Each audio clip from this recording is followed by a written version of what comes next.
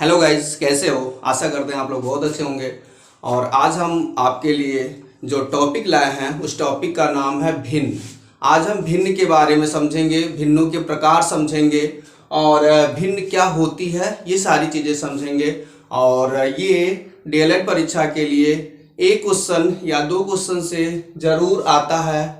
तो आज हम भिन्नों के बारे में ही चलते हैं। क्या होती है भिन्न? पहले हम भिन्न के बारे में देखते हैं। भिन्न किसे कहते हैं? भिन्न किसे कहते हैं? तो भिन्न नाम से ही पता चल रहा, भिन्न जो होता है एक भाग होता है। इसे हम भाग भी कहते हैं, भाग कह सकते हैं। किसी भी चीज का, किसी बड़े भाग का एक छोटा सा भाग ले लिया जाए और उस दोनों के बीच में संबंध बैठा दिया जाए, यही चीज भिन्न कहलाता है। जैसे मान लीजिए कोई सर्कल है, वृत्त है और इसके 2 भाग किए गए, ये 4 भाग किए गए और ये 8 भाग कर दिए गए। 8 भाग हो गए। अब इन 8 भागों में से अगर हम क्या कर लेते हैं, 5 भाग ले लेते हैं। 5 भाग कोई ले लिया जाए, 5 भाग ले लेते हैं, ये 5 भाग ले लिए जाए तो क्या हो जाएंगे? आप देखेंगे 5 भाग इसमें से ले लिए जाएंगे तो सिंपल सा हो जाएगा। इसके 5/8 इसे भिन्न के रूप में कह दिया जाएगा। इसी तरह से अगर इसी का 3 भाग लिया जाए, 8 भाग में से 3 भाग ले लिया जाए तो ये करना कहलाता है 3/8। तो इस तरह से भिन्नें बनती हैं और इसी चीज को भिन्न कहा जाता है।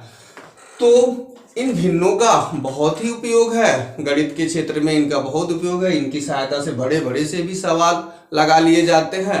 लेकिन आज हम सवालों को नहीं, भिन्नों के पहले प्रकार, बेसिक चीजों को देखेंगे, भिन्नों के प्रकार देखेंगे। भिन्नों में सबसे पहला प्रकार होता है भिन्न का, जिसे कहा जाता है समभिन्न। समभिन्न कहा जाता है। इस समभिन्न क्या होता है? इसे प्रॉपर फ्रैक्शन कहा जाता है। प्रॉपर फ्रैक्शन कहा जाता है।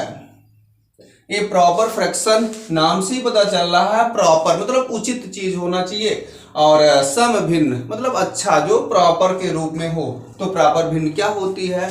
ऐसी भिन्न होती है जिसका हर बड़ा होगा और अंश छोटा होगा। तभी तो ये हम समझ पाएंगे कि अब ये 5/8 लिखा हुआ, इसका मतलब हम बड़ी आसानी से समझ गए कि 8 भाग में से 5 भाग लिया गया, इसलिए इसको समझ गए।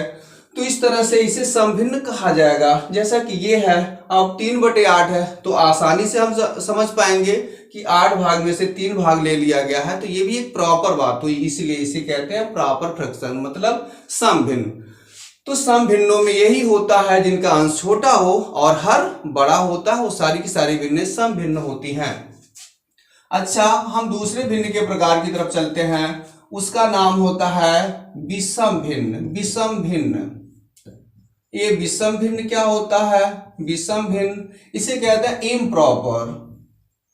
इम्प्रॉपर कहा जाता है। तो इससे नाम से ही पता चल गया होगा, इम्प्रॉपर, प्रॉपर का उल्टा है ये। तो प्रॉपर का उल्टा होने का मतलब इम्प्रॉपर। तो इम्प्रॉपर का मतलब ऐसी भिन्नें जो समभिन्न की उल्टी हो, मतलब कह सकते हैं ये 5/8 है, अगर 8/5 लिख दिया गया तो ये विषम भिन्न होगी। 8/3 लिख दिया गया तो ये विषम भिन्न होगी। क्यों? क्योंकि इसमें अंश मान बड़ा हो रहा और हर का मान छोटा हो रहा। तो इससे परिभाषा निकला, ऐसी भिन्नें जिनके अंश मान बड़े होते हैं और हर मान छोटे होते हैं, वो सारी की सारी भिन्नें विषम भिन्न कहलाती हैं। तो इस तरह से आपको हम एक और भिन्न मान लीजिए दे देते हैं, 17/12 लिख दिया। ये कैसे भिन्न होगी? एक विषम भिन्न होगी, क्योंकि ऊपर का जो मान है अंश मान बड़ा है और हर का मान छोटा है। तो सम और विषम आपको क्लियर हो गए होंगे। अब आगे चलते हैं, अगली भिन्न होती है। अगली भिन्न जो होती है इसे कहते हैं मिश्र भिन्न। मिश्र भिन्न होती है और इसे मिक्स फ्रैक्शन कहते हैं। मिक्स फ्रैक्शन कहा जाता है। तो मिक्स फ्रैक्शन वो भिन्नें होती हैं जिनमें किसी भिन्न के साथ कोई पूर्ण अंक लग जाए, उसे हम कहते हैं मिश्र भिन्न। जैसे यही भिन्न है, 8/5 ही है अगर इसके साथ कोई पूर्णांक लगा दिया जाए तो ये जो भिन्न होती है ये रूप में लिखा जो जाता है, इसे हम कहते हैं मिश्र भिन्न। मान लीजिए 5 सही 1/4, 2 सही 3/11, ये सारी जो भिन्नों को लिखा गया है ये मिश्र भिन्न कहलाएंगे। मिश्र भिन्न क्यों? क्योंकि इनमें पूर्णांक के साथ कोई भिन्न जुड़ जाती है, तो इस तरह के भिन्नों को हम मिश्र भिन्न कहते हैं। अच्छा, इन भिन्नों के अलावा हम फिर आगे चलते हैं, अगले भिन्न के बारे में चलते हैं। अगले भिन्न का जो प्रकार होता है वो मान लीजिए चौथा प्रकार के रूप में भिन्न का जो प्रकार होता है वो क्या होता है, वो होता है प्रॉपर। ये कैसा भिन्न होती है? चौथा सजातीय, सजातीय भिन्न कहते हैं। सजातीय भिन्न ये कैसी भिन्न होती है? ये ऐसी भिन्न होती हैं जिनकी मतलब कहा जाए तो एक विशेष जाति मतलब इनकी जातियां समान हो। तो भिन्नों में जातियों का क्या मतलब है? तो भिन्नों में जातियों का मतलब ये होता है ऐसी भिन्ने जिनका हर मान समान होता है, वो सब सजाति होती हैं, समान जाति की होती हैं। जैसे मान लीजिए 7/11 लिख दिया, 3/11 लिख दिया, और कुछ भी ऐसे लिख दें जिनके हर बराबर हो, पूरी सीरीज रख दें तो सारी की सारी भिन्ने सजाती भिन्ने होंगी। 5/11 हुआ, ये भी सजाती भिन्ने हुई। तो परीक्षाओं में ऐसे पूछा जाता है कि क्या होता है ये भिन्न युग में, सजाती भिन्न बताइए और विजातीय भिन्न बताइए, ये सब पूछा जाता है। तो मान लीजिए 5वां प्रकार जो आता है विजातीय भिन्न। ये विजातीय भिन्न क्या होती है? ठीक उसी तरह जैसे सम का विषम किया गया वैसे सजाती का विजाती होता है। मतलब कि सजाती भिन्नों की जो विशेषता होती है ठीक उसी का उल्टा कर दिया जाता है, तो ये विजाती भिन्न बन जाती है। तो विजाती भिन्न क्या है? विजाती भिन्न वो भिन्न है जिनका हर समान नहीं होता है, वो सारी की सारी भिन्ने विजाती भिन्न कहलाती हैं। जैसे कुछ भी लिख दिया जाए 8/3, 7/11, 13/14, तो ये सारी जो भिन्ने आपको मैं दिखा रहा हूँ ये सारी की सारी भिन्ने विजाती भिन्ने होंगी, क्योंकि इनके हर मान समान नहीं है। तो इस तरह से भिन्नों को आपने देखा, विजाती भिन्न। एक भिन्न का और प्रकार होता है वो भी क्लियर कर लेते हैं हम लोग, और उस भिन्न को कहते हैं समतुल्य भिन्न। इस भिन्न का नाम है समतुल्य भिन्न। और ये भी सोचते होंगे ये कौन सी भिन्न है?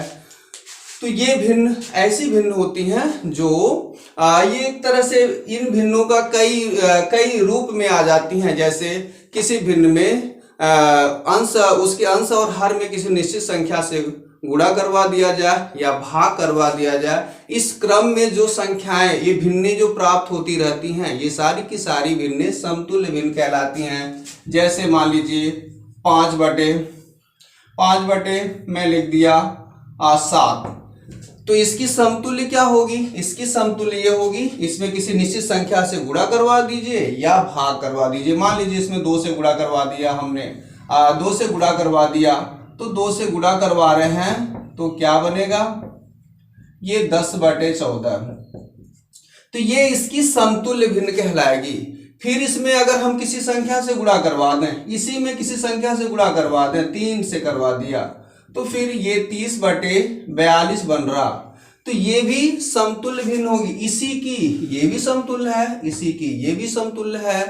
और अब मान लीजिए इसमें ये जो भिन्न आई, इसी में किसी संख्या से भाग दिलवा दें, दोनों में अंश और हर दोनों में पूरी तरह से कट जाए तो जो प्राप्त हो जाएगी फिर वही समतुल्य भिन्न आ जाएगी। जैसे ये हम इसे 6 से काट देते हैं तो 6 × 5 = 30 हो जाएगा और 6 × 7 = 42 हो जाएगा। तो इस तरह से देखिए फिर वही 5/7 आ गई।